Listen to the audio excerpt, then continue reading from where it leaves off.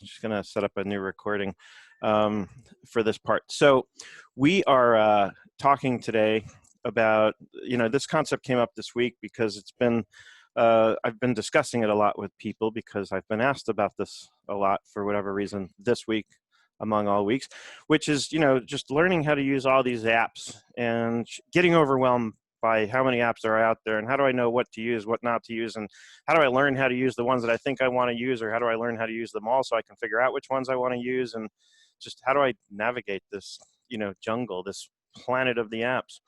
And so I thought it would be useful, and especially since I hadn't already had a topic for today this week, as of a couple of days ago, I said, you know what, this will be a good topic to cover. We covered it in the Bulletproof Bookkeeping webinar on Wednesday, so I'm going to cover it a little differently today. But I want to talk about this because one of the things that came out just as I was discussing it on Wednesday was, for me, these apps and all these tools that I play with, it's a toy chest. For you, it might be more of a toolbox, right? And so for you, it might be just a matter of saying, all right, which tools do I need in my toolbox? And I need the tools that I need to run my business. For me, it's more of a playground. I like to play with these things and figure out what they can do.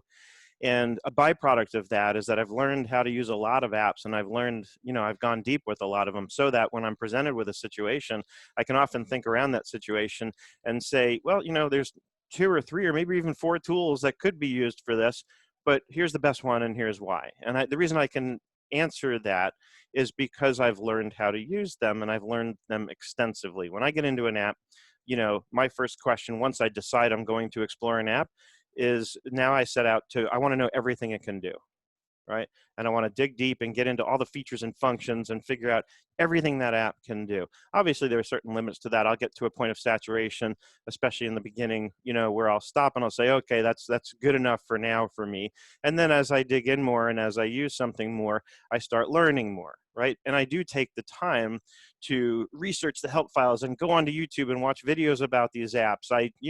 I put myself in school for that app when I want to get into something. And like I said, I get into it. I try to break it. I try to figure out where it falls short, where it breaks, where it doesn't work. I really spend time, some people might call it research. Again, for me, it's just a playground that I like to play in. And I love to learn. I love to learn all this stuff. Hey, Seth, do you have like a formal checklist of things you're looking for, or? No. I don't. And I think I would never want to approach it that way. My approach is much more organic. It's much more of a feeling like, I can't be that scientific about it. It's just not me. To me, it's more of an art than a science. It's more just, trying to be able to because if I have a checklist, then I start having to stick to that checklist and it becomes very rigid.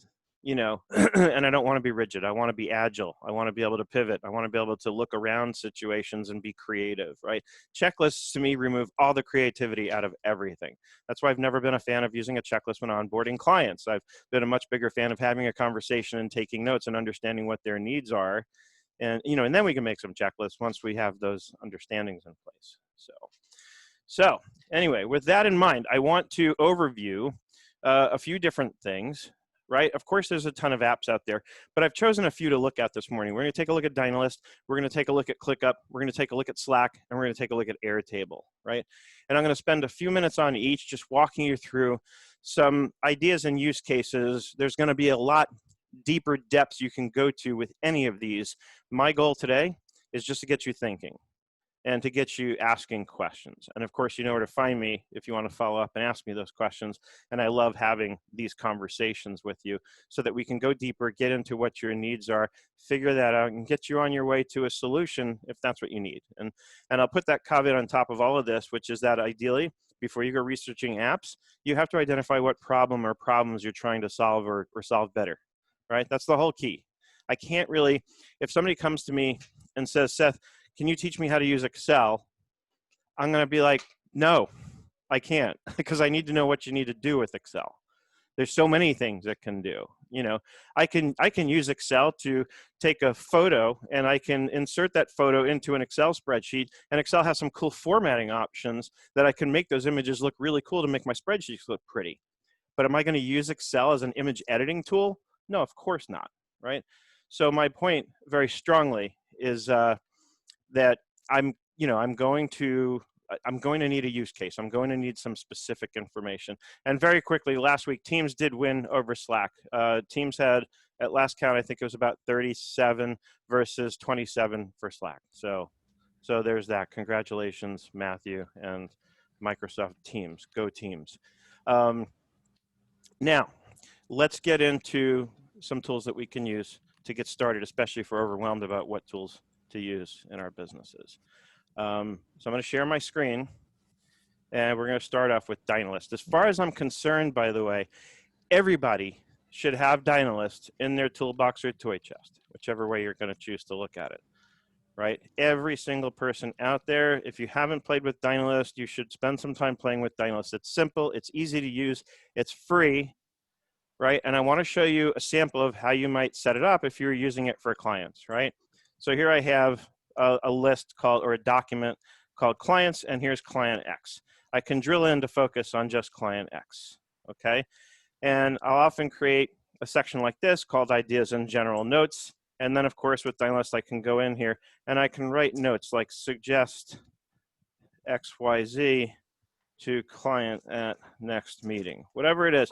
I just like to have a place like this for just fleeting thoughts that I want to jot down as they pop up, and I can organize them later. Now you can see here that under meetings, I have things based on dates, right? Dynalist very much has the ability to insert dates, assign dates. You can see further down, I've got due dates assigned, right? So not only does it have dates, but it has recurring features, right? So I can set recurring due dates on things. I'm going to show you how that works, right? One thing that I love about this is, and again, it's one of these things where you have to search and research the documentation to understand, how this works. But if I click search and doc here in the magnifying glass, the initial search is going to be just in this document. You can make it more global after you start your search if you want to. But there's syntax that you can use. So let's say I want to see anything that's past due, and let's say I happen to know, since this is a newer client, that the longest past due anything is going to be is 30 days. So here's the syntax. You put in has : date. So first we're filtering for anything that's got a date. Minus 30 D means up to 30 days in the past. Obviously, I can change this to 360 if I wanted to, right? Until 0 days, which means until today, right? So that's what this means. So this is a quick way that I can, chisel the view down to something specific like that, so I can focus on what are all the things that are past due. Okay, and there's a lot of other options here in terms of how you can search for things. Of course, you can assign hashtags to things, right? I can do next, right? So I know that at the next meeting, I can click on the next hashtag now, and it will, or I could have just typed it in the search, and it will filter the whole list so I can remember to make this suggestion at the next client meeting, right? And of course, what I might do in a case like that is put that same hashtag here so that today's meeting kind of shows up along with that, right? So you can, again, when you learn how to use the tool, you have some powerful ways here that you can organize and keep track of information, right? Now, another thing that's cool is, notice here I've got some tasks, right? So let's click in and focus on just the tasks. And I have some stuff that's due today, and I have some stuff that was due on the 5th, reconciling the bank accounts. Now, I originally put these in the order that I kind of like to do them, right? My process, for those of you who aren't familiar, is to run down the balance sheet on a weekly basis. So to me, that's why I don't need a whole lot of detail about what I'm doing week to week, because to me, that keeps it very simple. I'm going to go down the balance sheet, and for every bank account, I'm going to update the bank feeds. And then I'm going to check, are we at the point where we can reconcile the most recent month statement? Has the statement closed yet, right? So I don't need a whole lot of detail, because I know that with that process in place, as long as I stick to that process each week, I'm going to take care of everything, and I'm going to do it timely, right? But if I wanted to focus on this and say, all right, well, what's a past due? Because clearly we haven't reconciled the statements yet, for last month, which was due on August 5th. So I just want to see what's most past due. I can sort over here, and I can sort by date, old to new, right? So I have some good sort options here. So now it puts the oldest thing first. So I know, all right, the first thing I really should do is get these accounts reconciled. Notice also I have a recurrence set up. So it's the 5th of every month is how this recurrence is set up, monthly on the 5th. right? So once I check this off and say, okay, we've got those reconciliations done, boom, now it updates to September 21st. And what I just learned that I didn't realize is it pulls in today's date, right? So I would want to fix that and move it back to the 5th. I guess the assumption is you're actually going to complete it on the date you set, right? So that's a little bit of a draw on that, but that's okay. I can work with that, right? And then I can resort it again, old to new, and that'll move that to the bottom. So now I can focus on the next thing, right? Which is update all bank feeds. Although I probably would have done that before reconciling, although if I'm reconciling this late, hopefully I've at least done the bank feeds each week and kept that up to date. Okay, now let's look at something else. And I know I'm going fast because you can watch the recording and I want to cover a lot of ground here today in a little bit of time. So let's go into the meetings, right? So you can see I've got meetings that are past and I keep the due dates in context because then I can go in here and I can write my notes from the meeting that I had on August 7th and say, we discussed blah, blah, right? Whatever we discussed. And again, you can thread as much as you need to. I love the way this makes it easy to organize. So watch this. Here's an example of that. So let's say I want to put past meetings in one section and future meetings in another, right? I'm going to zip that up and I'm going to just move these all under past meetings, right? And then what I'll do is I'll click and drag and highlight all 3 of these and hit the tab key. And that now indents them and makes them a sub-thread, if you will, of the past meeting section. So I can zip those up. And now on next week's meeting, it's here. I actually put today's meeting in the past. So let's move that back down. So you just click on the bullet point and you can drag things wherever you want them. So it makes it really, really easy to move around, organize, reorganize, whatever you need to do. Right? And that is about as much as I want to show you, here for Dynalist. And I'll stop for a minute and see if anybody has any questions on that. I have a question. Mm-hmm. My Toastmaster group is now online, and I use Dynalist for outlines. And I'm just wondering if I could embed like a link for a video and click on that and take me to the video. Yeah, you can put a link in here. In fact, I frequently put links to Google Docs in here, right? So yeah, links render beautifully and work very well, especially if you're linking to something else that's in the cloud, right? How would you do that? Can you just give Is a quick... copy and paste the link, right? So later on, we're going to be looking at this project in Airtable, right? So Okay. let's go. I'll just copy the URL here. Okay, and obviously be aware when you're pasting a link like that, that it's a link to a place that's going to be accessible by others if that's what your intention is, right? Mm-hmm. But so let's say I go into today's meeting and I want to say, discuss Airtable project, right? And I can maybe indent that and just paste the link just like that. Okay. And when I click on it, it will launch me right in there. Yeah, because I use Zoom and it's like share and just share my screen. I just click on the link. I assume it'll open up in a different window and I could just share that video. Yep, exactly like it just did here. Okay. Yep, as soon as you click on that, it's going to open up. The links are always going to be configured to open up in a new window. The assumption is you wouldn't want to get taken away from your Dynalist screen. But absolutely, when I did the Start or Restart Your Accounting business months ago at the end of last year, this is exactly how I did my outline for that. And that's exactly what I did. I set up the structure in Dynalist. And as I got through each section, I would click, when it's collapsed, you click the plus sign to expand a section. And I had things color coded. So I had clear visuals about what I needed to click into next. And along the way, I had lots of links I would click on to launch tabs, to demonstrate whatever it was that I was talking about. So absolutely, and I would encourage it, right? It helps you keep things organized. I like this way of doing presentations a lot better than PowerPoint. For some reason, I've never really loved PowerPoint as a presentation tool. I find as soon as I see that somebody's presenting something with PowerPoint, I kind of start to fall asleep. I'm like, ugh, another PowerPoint. Seriously? I just want something more engaging, something more interactive, and I feel like this accomplishes that. And you can embed images here with a pro plan. You can embed images, and I've done that to where I actually will upload an image to Dynalist so that I can use that image's URL to embed it in web pages and other places. So when I've been in tools that for whatever reason didn't allow me to upload an image directly and I needed to use embed code, Dynalist is a good place, but that you need a paid account to be able to do. But yeah, so there's a lot under the hood here in terms of what you can do with Dynalist. Any other questions? All right, we can, when you do collapse all, it just automatically collapses every level, so you can then just logically step into wherever it is that you want to go. Is there a way you can globally search in Dynalist? Yeah, so again, if you're using the search here, once you enter your search, you can click this option that says search in all documents, and that's your global search right there. So oftentimes I might do hashtag next, right? And that's just searching this document. If I choose search in all documents, now I've got everything. In fact, yeah, so here's like a section I have that's a real live section where I have a whole thing on how I want to organize the new Nerd Enterprises website. And over here under accounting and bookkeeping, I have build your accounting system with Airtable next. That comes under classes, right? So there's a section I have about classes that I want to do, and I use the next hashtag. So now you see a pretty good example of how it works when you change the search to a global search, right?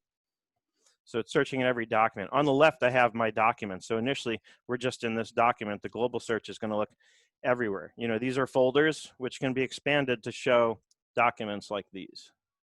And the sharing, if you want to share this, that's at the document level. But what's cool is once I turn sharing on and I can say share this document and anyone with the link can view, I can then copy the link. If I just wanted to share directly at this meetings level, I can copy the URL while I'm in there, and that will take somebody to the meetings level. And since I've turned the sharing on, you know, with anyone with the link can view sort of settings, I can share this with anyone and they'll be able to see what's in here. They'll be able to browse through the rest of the document too. But if the point is, if I want to send somebody a link that has them focus on this one area, I can easily do that once the sharing is turned on. But there's no way to sort of limit the sharing within a document to just certain things. So if you need to carve out something very specific and that's all you want shared with them, it's also pretty easy to take something like this, let's say, and move it into its own document. So let's say I want to move ideas and general notes out because I just want to share that, but I don't want to share everything else. If you click and drag it to the left and you see the line it forms and let go, now that becomes its own separate document. So again, this is an example of something that shows you how incredibly versatile Dynalist is. It's really easy to move around and reorganize things. And now I can share just this. And of course, I can link to different documents, right? So if I go into content ideas here, I thought I had an example of this. Well, I'll create one real quick. So let's say I want to link directly to this document in here. We'll do it in quick lists, right? Here's something where I was working on my webinar schedule yesterday. And I do this sometimes. I got to the point where I was like, I want to like schedule a lot of stuff. So I use Dynalist instead of ClickUp, you know, to start doing that outline. But if I want to do this, Toolbox Webinar, right? Notice what it does. Dynalist recognizes that this is a link to something in its own environment. So it renders it accordingly. So now if I click on this, it doesn't launch in a new tab, but it takes me right over, you know, to the document that I'd linked to. So it's very good about sort of cross-linking things if you need to. So again, just simple, powerful, useful stuff. Okay, next, let's talk about ClickUp. Okay, ClickUp does everything I need it to do for project management and even keeping notes. I've moved around a lot over the years with different sort of note-taking apps. I originally used OneNote many years ago. Then I switched to Evernote for many years. Then I was using Dynalist for a long time exclusively for notes. And then more recently, I actually went back to OneNote. Now I'm kind of moving that process entirely into ClickUp, and I'll show you why. So I've got this sort of sample space set up here in ClickUp. So this is a space, right? And within that, I've got a folder, okay? And then within the folder, I've got some lists here. So this folder is meant to serve as an example of how you might have it set up for an accounting or bookkeeping client, right? So, you know, that's the sort of hierarchy here. And if I'm clicking on the folder itself, I'm seeing everything that's inside that folder. So I'm seeing every task that's in every list in each of well, I'm seeing every task that's in each of the lists, right? I'm seeing it across the board. So you can see there's meetings up here, right? So these are the tasks that are in meetings, which is nothing right now, and I'll explain why. Bookkeeping is here, and you can see I've got some tasks, work in process. One's assigned to Greg, one's assigned to Josh, right? And then I've got my CFO advisory stuff. So you can see the whole bird's eye view of everything that's in this folder, which in this case I've defined to be the whole big picture accounting and bookkeeping services for a particular client, right? Now, then I'm going to drill down though and focus. So let's look at the meetings list.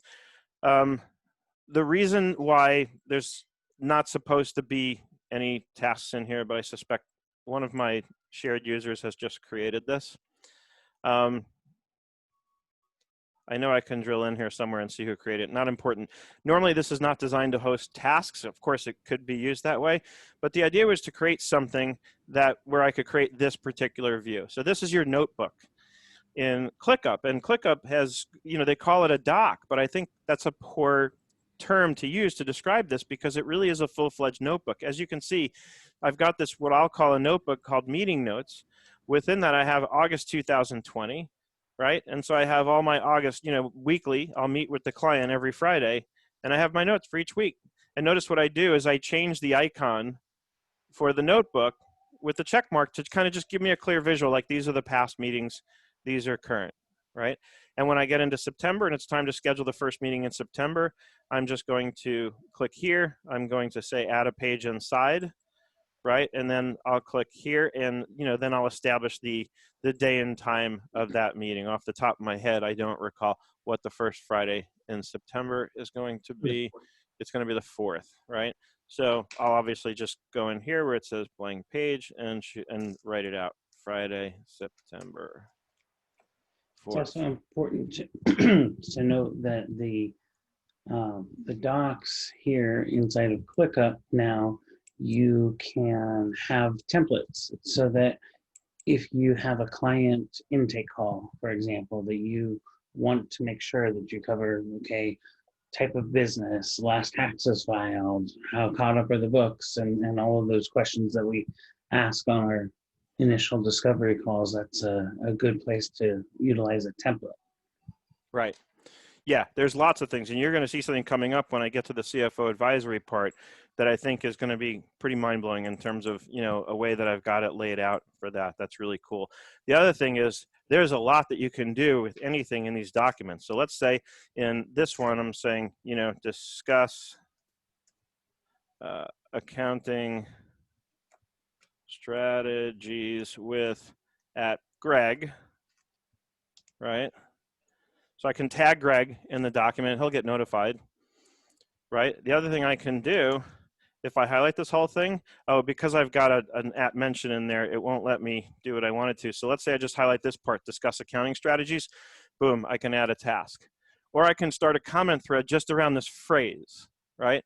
So there's a lot of cool little features I can do in here that make it really easy to work with, but also that they're powerful in terms of collaboration. I can really focus in any very specific area that I want to on an idea or topic or concept and get done what I need to get done with it. And of course, notice you have the share page option. So if I wanted to, I could share this page. The only choice here is to share it with a public link, but then I can choose whether it can be searched out on a search engine. Obviously, with a client's meeting notes, I wouldn't choose that. I would leave it with only those with the link can access, right? But if I wanted to make a public searchable page, you just saw where the option is to do that. And once it's shared, it puts this little globe next to it, right? If I go in and turn the sharing off, that globe will disappear, right? So really, really cool, recent add-on to ClickUp in terms of the note keeping, right? Let's jump down into the bookkeeping tasks.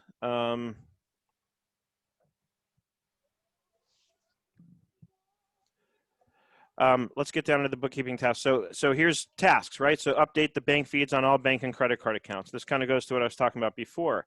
And so I have the task described in here. And if I wanted to, I can, of course, add as subtasks and I could have sworn I had. I hope you guys didn't delete stuff. Oh no, here, this is on the reconciliation. So here, it's going to be straight through just updating the bank feeds, right? And I've got this set with a weekly recurrence, right? And in the recurrence, I have it set to recur forever. And over here, it recurs when it's closed, right? And when you're setting up the recurrence, there's also an option that you choose about whether it creates a new task or basically carries this one forward. So I usually choose to carry this one forward. This way we get to retain the sort of history of, you know, what's going on. Like you can see the comments here, like Greg mentioned me and says, hey, I'm overloaded. Maybe Josh can handle it. Josh says, what are you looking for here? Updating bank feeds is basically just clicking a button, right? So we can, you know, obviously have the discussion here around this task. And the description, by the way, has all the same features as a document does. I can mention Greg right here in the description. And as you saw, he mentions it here. I can also say, let's look, you know, new account to add. Of course, that could be a subtask. So if I select this, I have the choice and say, you know what, let's make this a subtask, right? And I don't know where the place went for me to type it, but I'll just hit create for now. Oh, that's right. There's no way to name it because I had highlighted the text that was about to become the name. And when I create a subtask, I can click in there and notice it became a link here as well. I can, first of all, when I hover my mouse over, this is really cool. I can say, you know what, open this in a new tab. This allows me to kind of focus at both levels at once and say, all right, well, I'm going to go in here and notice ClickUp is now in the subtask, which gives you the full-fledged dialogue that a regular task has. And it gives me the breadcrumbs. I can see from this gray bar at the top and the description that I'm in a subtask. So I can work on this and, you know, get the details so that Greg or Josh can go in and link up the bank feeds for the new account, right? And this gets its own status. I can say, okay, this is, let's say it's waiting on client. We need the logins from the client or something like that. And I would issue a comment to that effect, right? And then I can back up here to the task. And of course, like I said, I left it open here so that I could stay focused at the same time on the major task, right? And it's not the least number of clicks. It's actually the least amount of time. I thought we'd established that last week, but some people just don't learn. It is definitely the amount of time. I don't care if it takes more clicks, if more clicks gets it done in less time. Anyway, so that's the task feature. You know, that's how tasks kind of work. Very, very high level overview. There's much more to it than that. And so here we have the monthly task of actually reconciling, right? So here I might be more inclined to have the subtask because each account might have a different date. Most bank accounts are going to be on a calendar month, of course, but a credit card account may close like on August 15th, right? So we have that here. This way we know this major task, it's really not due August 5th. It's really more of a start date because we know that this account can't be reconciled till the 15th. So what I could do is in here, I could say, well, this really starts on August 5th, right? If it would just let me. There we go. I don't know why it's not doing it. I may need to remove that, or it may be because I've already set the recurrence. So either way, you get the idea. I could set a start date of August 5th, and I could set a complete date of, you know, I'd just take a minute and look at all the accounts we have and see where is the, you know, when is the last statement of the month sort of close out, right? And then I would establish that as the due date for the major task, because then I have subtasks that are due sort of within that. Right? So this is how you can manage tasks inside of a project. And I just glanced in the chat real quick. Anytime you have a question about the security of an app, just Google that app and the word security. You'll find the security page on their website, and you'll see, you know, if they have them, you'll see all the certifications in terms of the AICPA, SOC reports. If it's HIPAA compliant, any certifications you might be concerned with, you can always find that way. I mean, I can tell you, yes, ClickUp is very secure. I've looked at it, but you should really learn to research this stuff yourself. Because, and here's why. I'm honestly not being snarky about this. It's because I've seen so many people misguide other people in social media because they go out there and say, oh, this app is not secure. And then I've done the research on my own, found out that it is in fact secure. Google it comes up a lot, comes to mind, as falling into this category a lot, where people say, oh, Google's not secure. And as soon as somebody says that, I immediately think, okay, don't follow that person's advice because they don't do their own research, right? It's important to do your own research. Don't just rely on what somebody else tells you. Don't even rely on what I tell you about these things. Plus the fact that what's secure today may not be secure tomorrow. Things change, right? So anytime you're wondering about security of any app, do the Google research and Google the name of the app and the word security, and you're looking for the page that actually that shows up on that app's website, not what somebody else has decided they think about the security, but what the company itself can share with you about the audits that they've undergone to confirm the security that they have. And keep in mind, even with all of that, it's still nothing's guaranteed 100% that it can't be breached, right? So that's always important to keep in mind and sort of keep in context. So now let's go to the CFO and advisory stuff, okay? So here I've got another list because this is, the next level after the bookkeeping is doing the CFO and advisory, right? And so I've got a task pending in here. And when I look at this, I can say, hey, all right, this isn't really pending anymore. I'm going to drag it down here so that it's in the work in process section, right? So that's how easy it is to move things between statuses when there are things in 2 or more statuses. Now notice the pending status is gone because there's nothing left in it. If I wanted to change it back, I can click into the task, and then up in here, I can change its status back to pending or wherever else it may belong, okay? So that's another cool feature. I can also go to a board view, and that would make it really easy to say, let's drag this back to pending, right? And let's drag it back to WIP, okay? So again, there's some really cool ways of looking at things. And of course I have the calendar view as well that shows me this is what's due on the 21st. If something doesn't have a due date, it isn't going to show up here, right? But where it will show up, I should point out, is on the side where it says unscheduled. So now I can, if I wanted to from here, I can click in and assign the due date, right? So I can say, let's make these due on the 25th. And now it'll be out of the unscheduled and it'll show up here.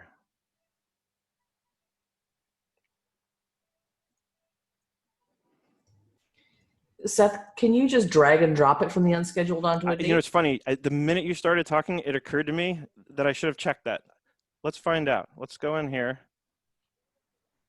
And I'm going to remove the due date so it should go back into unscheduled. And let's say I want to drag this.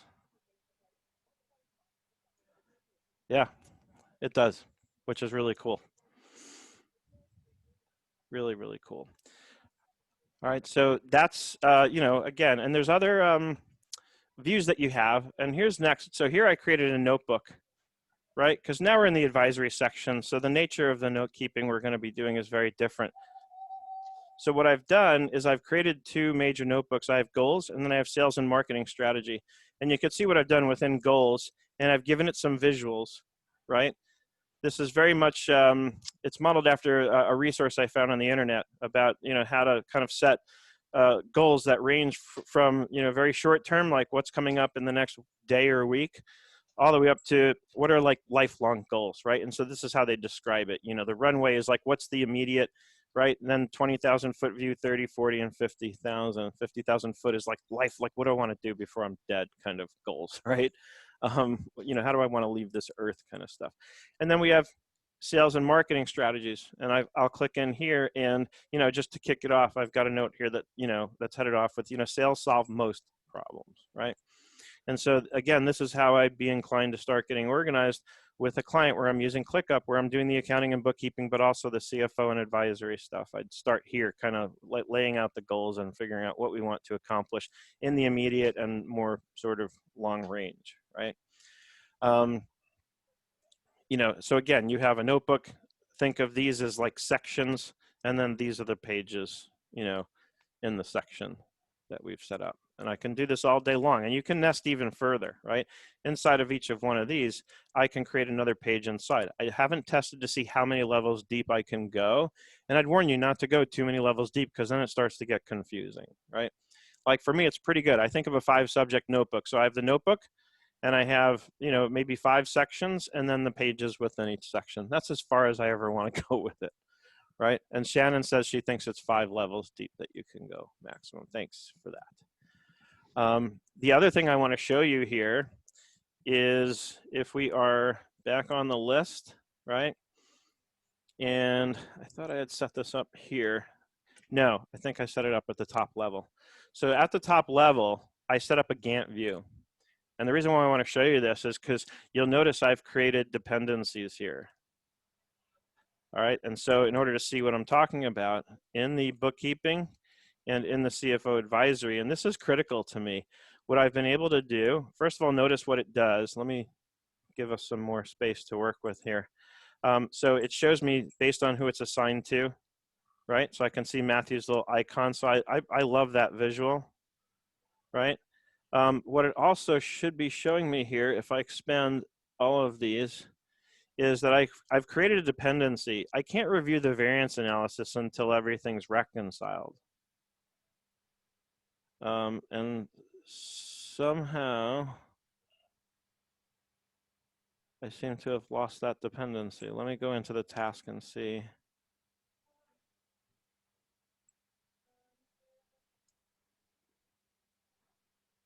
No, it shows here. It's waiting on the reconcile all bank and credit card accounts. So it's there. This is due today. But I swear to God, when I was setting this up last night, it drew a very clear line between that task of reconciling all bank and credit card accounts and this task of reviewing the variance analysis. I don't know why that's gone. It may be because we've started to add a lot more detail in here, especially assigning the due dates to these subtests. So I'm not sure why it's not showing that. Where is your date for the reconcile all bank? Let's go in there. Oh, did I remove the due date? I thought I had it set for like the 15th or something. So let's put it, thank you, Greg. That's probably the reason why. So now I'll hit close and go back. There it is. So I lost my due date on that. Maybe I did that earlier and forgot. So now you can see, and it shows me, all right, that I need Josh to finish reconciling this since it's now been assigned to him before I can review my variance analysis. Right, and then these are subtasks of this, I believe. No, they're just separate tasks, but I can make them dependent because I may want, actually, I may reverse that. I may want the daily balances and the net sales data keyed before I do my variance analysis. They're not directly related though, so it could go either way. But I like this in terms of, you know, doing that sort of 10,000-foot view of what's going on within a project. I can see very clearly what's going on. And I can see if Josh is holding things up. I can say, Josh, what gives? Do we need to tag somebody else in here if you're overwhelmed, right? So I love this kind of 30,000-foot view of things. I'm not a big fan of managing things from a Gantt chart, but I like getting this view like this, and especially where the dependencies come into play. I love the visual on the dependencies in the Gantt view. So that's really cool. Then I want to show you something else. So again, I'll make sure that we're at the folder level here, and I want to show you the table view. This is one of the newest additions to ClickUp. And so from the folder level, I can see everything that's in every one of these lists, right? So again, there's nothing in meetings, but I have bookkeeping and CFO advisory stuff in both of these. And what's cool about this is right now it's grouped by status, but if I want to, I can group this by assignee. So this is becoming very almost Airtable-like, right? Where I can change the groupings and see things from those different perspectives, right? Really cool. And I can just go in here and I can say, you know what, Matthew's busy. Let me reassign this to Joshua, right? And notice what it did though. It didn't remove Matthew, it just added Joshua. So I can remove Matthew that way, which is cool also because obviously what that shows you is you can have more than one person assigned to something. You know, maybe I need them both working and collaborating on it. So I also like that. When I change the grouping to assignee, I got this prompt that says you've changed the layout. If I wanted to make that permanent, I could save it, right? But I don't want to make that permanent. So I'm just going to ignore that. Okay, and again, the ability to view everything at this level again gives me a bird's eye view because I'm at the folder level. I could go into CFO advisory and get a table view of just CFO advisory, but I like this is the kind of thing that I'm generally going to set up at a higher level so I can see everything, right? So again, that's actually a little bit more than 10 minutes on Slack. or on Slack, on ClickUp rather. Slack is next, right? So now I want to show you some, I'm basically going to walk through one thing in Slack. We've covered Slack a lot. Obviously, we talked about Slack last week. I want to actually dig in deep on something that I mentioned last week about Slack. I want to show you, you know, kind of how this is going to work specifically. So I'm going to open up my Slack workspace. Okay, and here we are in the 97 and up workspace. And I'm going to go into the Airtable apps category. And what I've, as I learn more features, and this goes back to something I was saying in the beginning, you know, the more you learn, the more you get ideas for things you can do that can create a really good experience for the people who are kind of working with you in these apps, whether it's your clients or your coworkers or both, right? So I thought of this when I learned how to set up workflows in Slack, the way this works, that I want to create a, what do you call it? Like a little kind of, almost like a mini course here, right? So I'm going to go into, where did it go? Here, content. So I have a filtered view in Airtable that shows most of the videos that I've done. Most of them have been Zooms on Airtable, right? And sure, I can give them the link to this, but you know what happens? Then they click on the link, they see it once, they see there's 11 hours of videos on Airtable, and they're like, ah, geez, you know, maybe later, right? So what I want to do is create more of a step-by-step experience. So while I'm in the Airtable channel in Slack, I'm going to click up here, and I'm going to go to Tools, and I'm going to go to the Workflow Builder. And watch what you can do. And this is just one example, right? You can see I've got a few different workflows built here, but I'm going to create a new one, and I'm going to call this Airtable Mini Course. Next, and we're going to do it as a shortcut, and it's going to be for the Airtable channel. Okay, I'm going to call this Learn Airtable.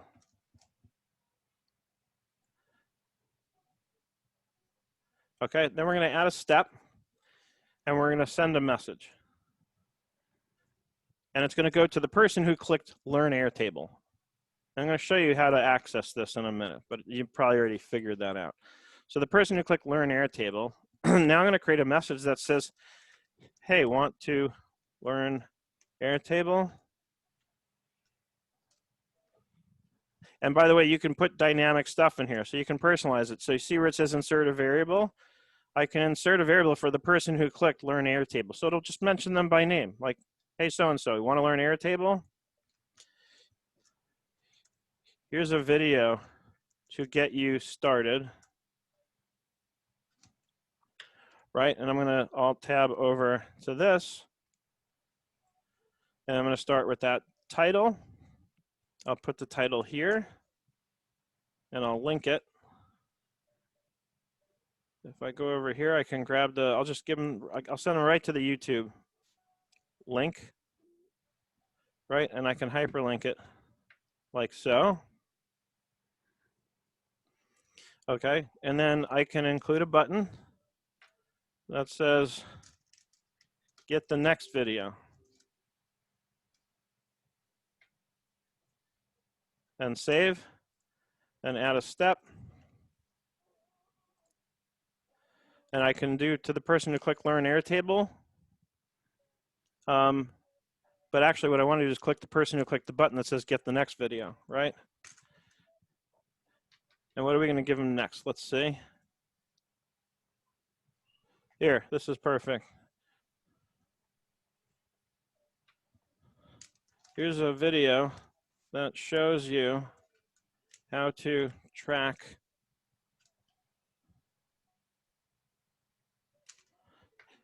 customers' projects and tasks with Airtable. And what I'll do is I'll just highlight that text. Again, I'll get the YouTube URL, link it, and let's say that's good for now, right? Just because I can spend a half hour building the rest of this. But what I would do is probably keep going and add more videos. And basically what you're doing is you're creating like a mini course in this. So now whenever someone's in the app's Airtable channel, all they have to do is click this lightning bolt. And it should have been right up here. Oh, I didn't publish the workflow yet. I always forget to do that. So let's go back to the workflow builder. See, it says unpublished. So I click in there and I say publish. And it will do the same thing if you go in and make changes. So now when I click the lightning bolt, I can click Learn Airtable, and so can anybody else in this channel. And it will trigger that workflow, and it goes into Slackbot. I could have changed it so that it goes into the channel itself, but now Slackbot delivers this directly to me and says, hey, nerd, want to learn Airtable? Here's a video. And then here's that button that I created that says get the next video. So when I click that, it just drops that into Slackbot. So it's cool. I can create kind of like a little mini course this way that will, you know, again, it just makes Slack that much better of an experience for people who are in there, because I have very good detailed channel specific topics, right? And so I can do that because a lot of what we do in 97 and up is about learning different apps and things that help make our practices run more smoothly, more efficiently, more effectively with greater accuracy. And so I can do this, and I can keep improving on the experience people have. I can do this for every app, especially somebody like me where I have a lot of videos on a lot of these apps. I can make it really accessible for people to say, oh, if I want to go learn Airtable, boom, I'm going to go into the Airtable channel, and now I know, you know, and for that matter, now that people know I'm doing this, they can see if I've added in, you know, that learn that app's workflow yet, right? So that's just one of many really cool things we can do with Slack in terms of creating a workflow. And then the last thing I want to show you today is actually on Airtable itself, right? So what we're going to do real quick, I'll show you this. You've already seen now I have kind of a content project. This one is filtered to show only where the title contains Airtable, right? I can do that a lot of different ways. This is the bigger content project that I have, right? And I've got this laid out. So this is pretty much everything I've published. And what I've done is I've created a workflow within this. And let's get rid of that so we can see more. I've created a workflow within this. It's a Zap basically, where to get it to trigger right now, I'd have to basically blank out all these checkboxes, which would take 2 seconds to do. I can pretty much just uncheck one, Control C, and highlight down and Control V, and it will paste the blank checkbox. So while they're all blank, I basically would copy the whole list over, and then I can check off any of these. And as you can see, if I check off post to Twitter, that's going to trigger a Zap that's going to grab the information from that row and actually queue it into Buffer, and Buffer has the schedule set up. So Buffer will queue it to go out on Twitter based on my schedule that I've set up in Buffer. I've done videos on this before, and of course, as I said in the beginning, any of you wants help with any of this, just reach out to me. You know where to find me. So that's one really cool thing I've done with Airtable, just to get you thinking and give you some ideas about things you can do, right? And I've set that up for LinkedIn and my Facebook page as well. I set it up for IGTV, but I stopped using it for Instagram, because it's just not a good use of Instagram to have stuff get published automatically. It's the others, you know, they have links that people can click on to take them to the video, and with Instagram you can't really do that. So I have a different thing here that is date-based, where I just indicate whether or not and when I've posted that particular piece of content to IGTV, right? And that way I know if I've already posted it, I don't want to keep posting it to IGTV. But here's what I want to show you in just a few minutes for if, let's say you wanted to consider using Airtable for your accounting or bookkeeping firm, right? So just real quick, this is going to be clients, okay? And let me see if I can copy and paste this real quick. Actually, I don't want to do that. So let's start off with the name. Let's say it's Parkway Business Solutions. Okay, then I have Key Accounting. Then I have DKK Accounting. And then I have, so now I've gotten to the last one, so I have to hold down Shift and press Enter to confirm that I want to actually add new rows, right? Then I have Elizabeth Benton LLC, and I have the numbers guy. Okay, now what I want to do next is create another table.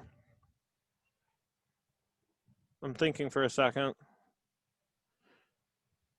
I'm trying to decide if I want to put the contact from each of these companies in the same table, because what you can do with Airtable is you can make it very dynamic. But the reason I don't think I need to here is because it's not likely that I'm going to be working with 2 or more companies that have the same owner, right?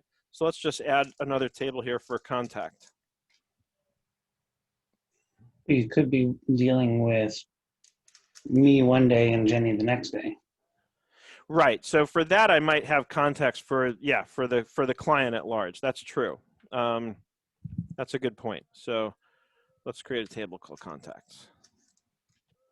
I'm glad you said that, actually. All right. So I'll pull this out. Actually, I'll leave this here because you'll see how we'll deal with this. So contacts, the first thing I'll do is have the name. So Greg Cullup. And then what's Jenny's last name or initial if you want to keep her anonymous? Who? T. T. Great. So now what I'm going to do is I'm going to create a linked field here called client, link to another record from clients. We can allow linking to multiple records. I'll save that. And then I want to link to the name, right? No, contact. Wait. No, here it's called name, right? And I should change that and call it client name so that it's more clear. Because now what I can do, if I bring this over, wait, crap, what did I do? All right, here's the client. I'm going to pick the numbers guy, right? And I'm going to do the same for Jenny. That's right. And this, anytime you link between 2 tables, it's going to add in kind of a reference to that table. But I don't know why it's doing this. If I delete this, what happens? Okay, good. That's gone. See, this is what I expected. It creates the contacts thing over here, which is fine. Although, let's put that here now and get rid of this. Okay, the next thing we'll have is, let's say, projects, right? So this might be monthly bookkeeping, and this might be CFO advisory services. Okay, and then real quick, we'll create another table called tasks. And the reason for setting up this way is now I can have one very big global database that has all the tasks. So I can say weekly bank feeds. Okay, and then let me hide these other fields real quick just to kind of get them out of the way. I don't care about any of those. Okay, this is going to be client, right? And then this is going to be linked to clients. I'm not going to allow linking to multiple because a particular task should never be linked to more than one client. I would just create another task for it. So we link it to client name, add it. And if I start typing, actually it's the name of the company here. So if I start typing number, there's the numbers guy, right? And then I can say, well, we also need to do this for Parkway. Okay, and then we can do projects over here, CFO advisory. So we'll add a column for projects.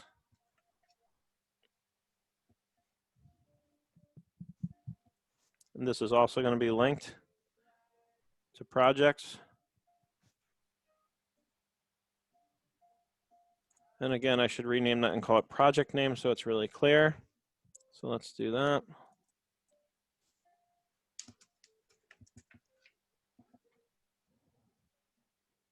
And now over here, I'll just say monthly bookkeeping, same thing here.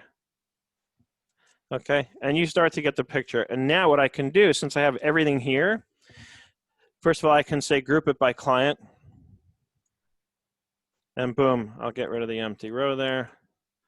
Right, so now you can start to see how this can begin to take shape. I can group it within that by project, right? Or I can filter it and say, I only want to see the monthly bookkeeping stuff, right? So where the project contains monthly. So this is a little, you have to be careful, you know, about how you kind of spell it, right? If I want to make this more, you know, easy to distinguish without the chance of, say, a typo, then instead of having this linked to projects, I can just turn this into a drop down. So if I choose single select, right, colored options, save. Now it just basically converted what it saw here. So now when I do the filter, if I want to filter it by project, I can say is any of, so I can choose multiple kinds of projects that I want to focus on, or I can just say, you know, is the one project of monthly bookkeeping. And again, there's an example you just saw of why it's so important to me to make sure you understand everything that one of these tools can do, because that's how I understood that by changing it to a single select field type instead of linked, it changes the options I have in terms of how I can filter it. So, and I'm always thinking in terms of reducing the chances of errors so that I don't, without knowing it, carve out information that I really wanted to be able to see, or vice versa, right? So again, that's kind of a quick drill down on, you know, how you could start to set up Airtable for your accounting practice. So, you know, again, what we've gone over here is we've looked at Dynalist, we've looked at ClickUp, I gave you a Slack power tip, and we've looked at Airtable. So you're not going to use all of these for your practice. You're probably going to pick one, maybe two. Maybe you'll, I say use Dynalist anyway, no matter what you pick for the other stuff, because it's just such a handy tool to have, you know, and the mobile apps on these all work amazingly well, you know, including ClickUp, which is very impressive for such a robust product. You know, to have a really good mobile app that I can honestly say gives you a very comparable experience in terms of access to all the features. A lot of times the mobile app limits you in terms of the features you have access to compared with its, you know, browser-based or desktop counterpart. But in the case of Dynalist, you have complete access to all the features, and they've done a very good job with it. And ClickUp, pretty much the same is true. You can access all the features, and they've organized it in a way that makes it easy to work with, in my opinion. Of course, all that is my opinion. So anyway, anybody, any questions? I haven't looked at the Facebook feed at all.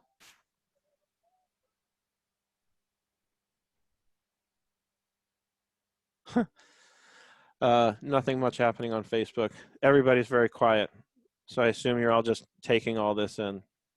And it looks like we've lost some people, probably because I went past 9 o'clock. So, like I said, you know where to find me if you have any questions or follow-up needed or anything. So please just seek me out and ask me your questions.